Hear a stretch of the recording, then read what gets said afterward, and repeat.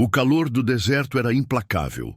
Sob o sol escaldante do Egito, arqueólogos de todas as partes do mundo reviravam a areia em busca de algo grandioso. Mas o tempo passava, e tudo o que encontravam eram tumbas violadas, saqueadas séculos antes. Para muitos, o Vale dos Reis já havia entregado todos os seus segredos. Mas Howard Carter não acreditava nisso. Desde jovem, ele estava obcecado por um nome que mal aparecia nos registros históricos: Tutankhamon, um faraó menor, esquecido, apagado pelas dinastias seguintes.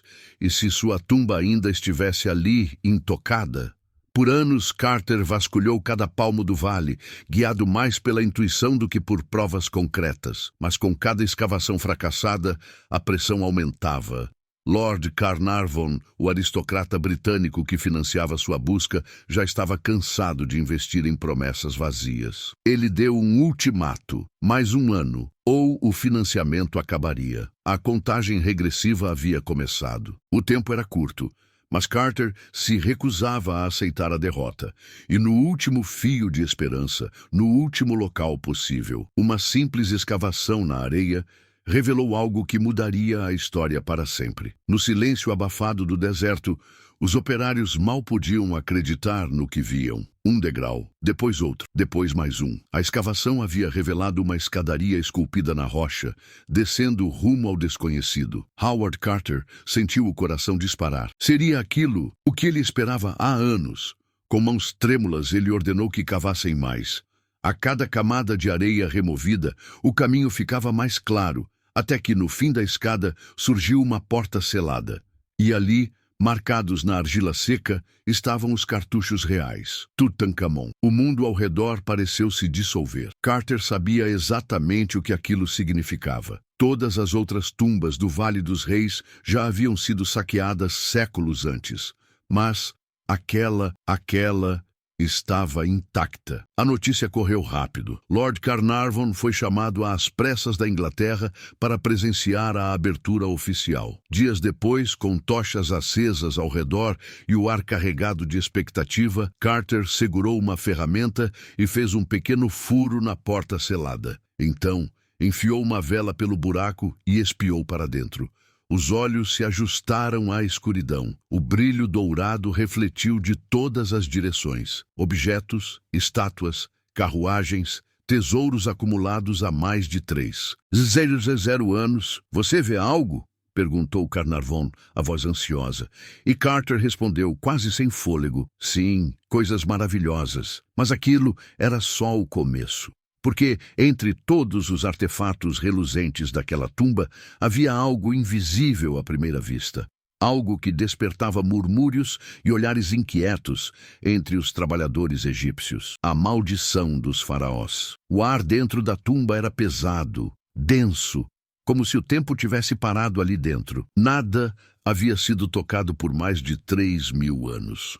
Cada objeto estava exatamente como fora deixado, como se Tutankhamon tivesse acabado de partir para sua jornada no além. A luz das tochas revelava um espetáculo impossível: tronos dourados, joias incrustadas de pedras preciosas, estátuas imponentes dos deuses egípcios. Era como se Carter e sua equipe tivessem atravessado um portal para outra era. Mas entre o ouro e o esplendor, havia algo que causava arrepios. Guardas esculpidos em madeira negra, armados com lanças, protegendo a câmara interna. Seus olhos pintados pareciam vivos, observando cada invasor que ousava cruzar aquele limite. A sensação de estar sendo vigiado era real, e os murmúrios entre os trabalhadores egípcios aumentavam. A advertência estava clara: aquele que perturbasse o sono do faraó pagaria o preço. No meio dos pergaminhos e relíquias sagradas, Carter encontrou algo que fez seu sangue gelar.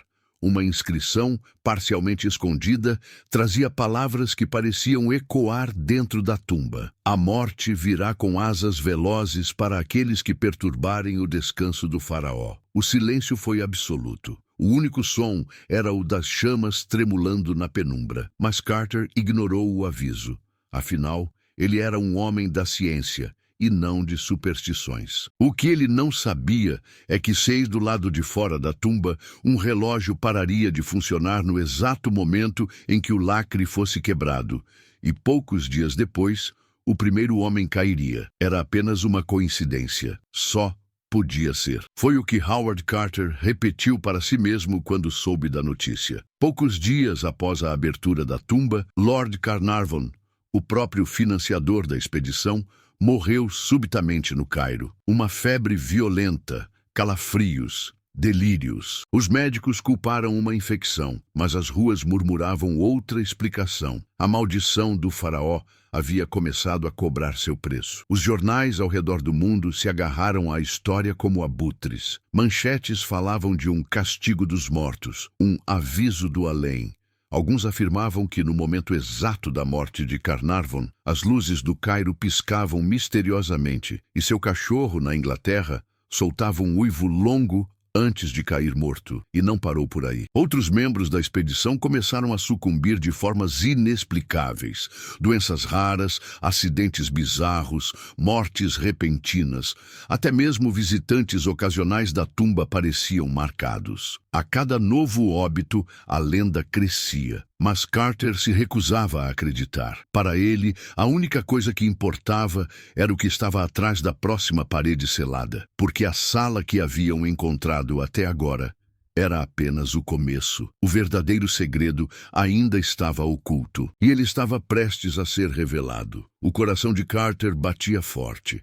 A câmara externa já era impressionante, mas o que ele queria ver estava além daquela nova parede selada. O próprio sarcófago de Tutankhamon. Os operários trabalharam com cuidado, removendo camada por camada até revelarem a entrada da câmara funerária. E quando finalmente abriram o caminho, o brilho do ouro preencheu a escuridão. Lá dentro, no centro da sala, cercado por estátuas e símbolos sagrados, estava o maior tesouro arqueológico já encontrado, um gigantesco sarcófago dourado. Mas o que mais chamava a atenção era o que estava dentro dele. 3 camadas de caixões protegiam o corpo do faraó. O último, o mais interno, era feito inteiramente de ouro maciço. Era a visão de um rei esquecido, preservado pelo tempo, esperando por séculos para ser visto novamente. E quando Carter finalmente removeu a tampa, ali estava ele, o rosto de Tutankhamon, o jovem faraó, enterrado com pressa, envolto em mistério. Mas sua história ainda não estava completa, porque os primeiros exames do corpo revelariam algo que mudaria tudo. A morte dele não havia sido natural. O rosto dourado da máscara funerária escondia um segredo. Tutankhamon não morrera de causas naturais. Pelo menos, era o que os primeiros exames sugeriam. Quando os arqueólogos removeram os tecidos que envolviam o corpo, esperavam encontrar um cadáver bem preservado. Mas, em vez disso, descobriram algo assustador. O faraó havia sido enterrado às pressas e seu corpo estava queimado. A explicação oficial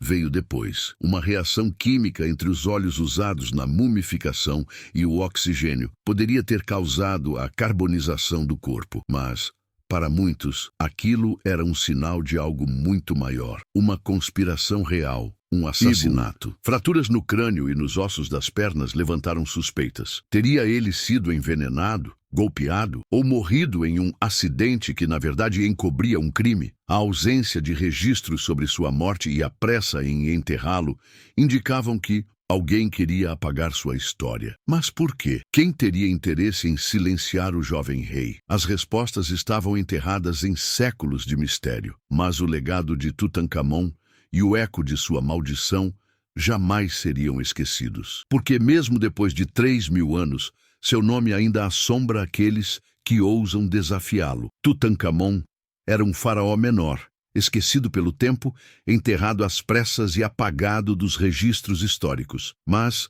o destino tinha outros planos. 3.000 anos depois, ele voltaria para reivindicar seu lugar. A descoberta de sua tumba foi um dos maiores achados arqueológicos da história, revelando ao mundo os segredos do Egito Antigo em um brilho de ouro e mistério. Mas junto com os tesouros veio o medo. A maldição do faraó se tornou lenda alimentada por coincidências macabras e mortes inexplicáveis. O que era ciência? O que era superstição? E então, a maior revelação de todas, Tutankhamon não teve uma morte natural. O faraó menino pode ter sido vítima de conspiração, traição, um crime enterrado sob camadas de história. Mas talvez a maior ironia seja essa. Aqueles que tentaram apagá-lo falharam. O faraó esquecido se tornou o leão mais famoso de todos.